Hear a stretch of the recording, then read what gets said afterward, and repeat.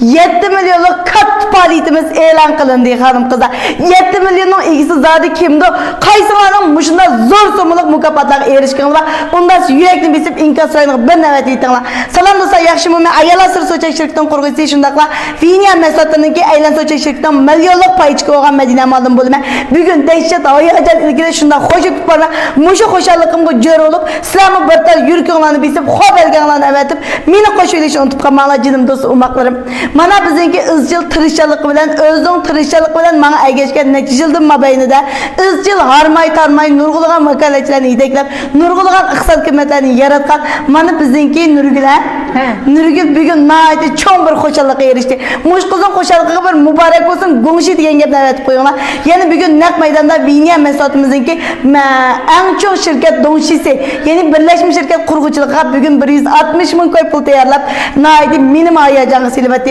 Dal buningdan ya'ni 1 yil burun biz uchun ya'ni Ayala Sir Sochak shirkatimizningki do'ngshiligiga, ya'ni birlashma shirkat qurg'uvchiligiga 80 ming koy pul tayyorlab, bizningki Ayala Sir Sochak shirkatimizning do'ngshisi olgan. Mana bugungi kunda bo'lganchada ya'ni Viniya Mesotimizniki ya'ni ishiga 7 millionlik mukofot silib taqdim Şinjan vazirining zilzilga sevatgan, Şinjan vazirlar hech qanday raqobati bo'lmagan, eng alata o'zining keskinlik bilan, o'zining unum bilan to'nilib menayotgan, dahsatga yo'qdigan, qo'riq yo'qdigan, teni changaydigan mana shu Mesotimizniki eng cho'ng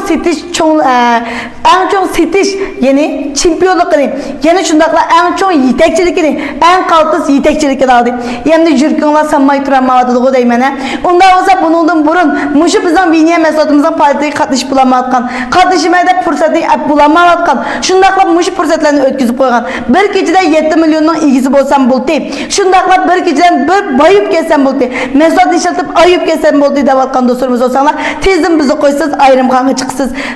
Shunlashqa mushu Feyzivat 7-yil sizlar. Feyzivat 7-yildagi do'stlarimiz bo'lsanglar, bizningki Nurgul xonimni izlasanglar tamamen bo'ladi. Nurgul bo'lsa meningki qonunli holatga shirkat hamkorlashuvchim, birlashma shirkat qurg'uvchim, ya'ni Ayala Mesotimizning ham Viniya Mesotimizning ham eng cho'ng do'ngshisi. Shunga barcha do'stlarniki bu qitimqi faoliyatimizda qo'ldan bermasligini, texmo tirishishni, shundaqla texmo olg'i besishni, mush qitimqi faoliyatimizda o'zini sinab beqishni chin yurtimizdan umid qilamiz. Mesotimizning ichidan 100% mukofot chiqqanmi Madina xonim, chiqmay qolganligimiz deb ish qilayotgan do'stlarimiz, Mesotimizning ichidan 100% mukofot chiqdi. Ishidan hech qachon rahmat azim gençe şeşe degan gap chiqmaydi.